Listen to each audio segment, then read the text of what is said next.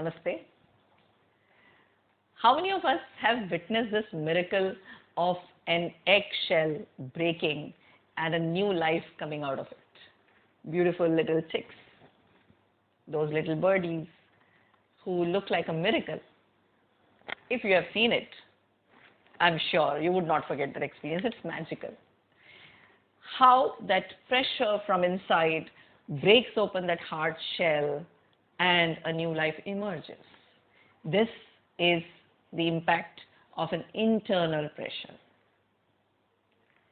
Usually we hear of words like peer pressure, parental pressure, societal pressure. All these pressures, how is it different from the pressure we saw in breaking of an egg and a new life taking birth? Is that these pressures are all external pressures. What is the difference? The internal pressure in an egg gives life, and the external pressure like this breaks your confidence. If this egg, which has the possibility of a life, is treated with pressure from outside, we all know what's going to happen. The life would be destroyed. And that is why we all as parents and teachers have to be very conscious that the kind of pressure, sometimes knowingly and unknowingly, we apply on children is the kind of damaging pressure. Even their own friends, their peers apply a pressure indirectly, which becomes a damaging pressure. Because this is an internal pressure. Now what to do to bring in that, because that's an external pressure, what to do to bring that internal pressure within students? It will all come when the child knows that we trust the child's abilities. We are there to support the child. We are there to facilitate his or her growth. The child can confide in us, can take help from us without any fear, without any shame, without any guilt.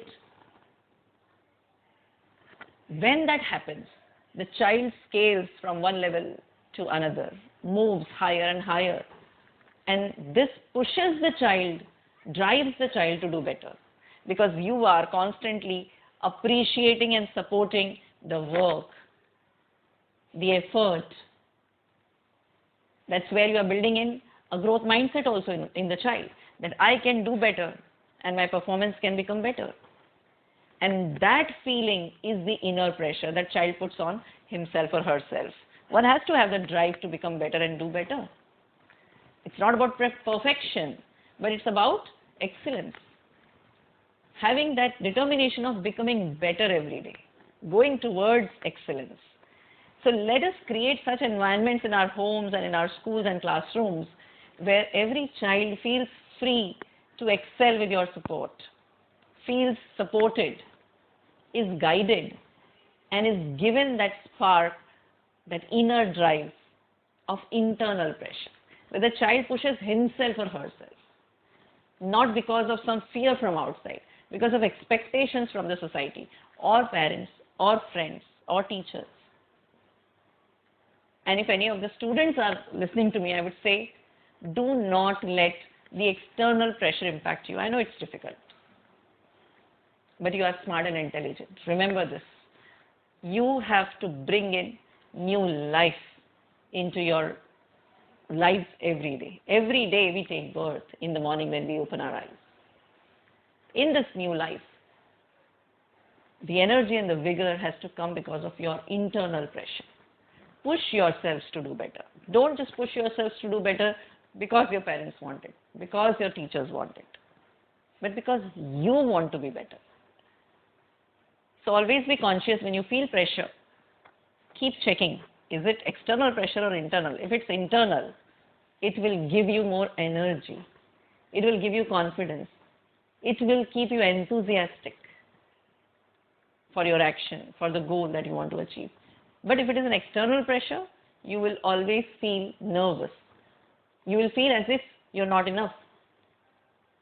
And once you have identified this, try that external pressure not to invade your enthusiasm. Keep it away and just push yourself to do better. That's when the real joy of achievement would come. It has to be something that you do for yourself. So that is it for all of you with all my love. Namaste.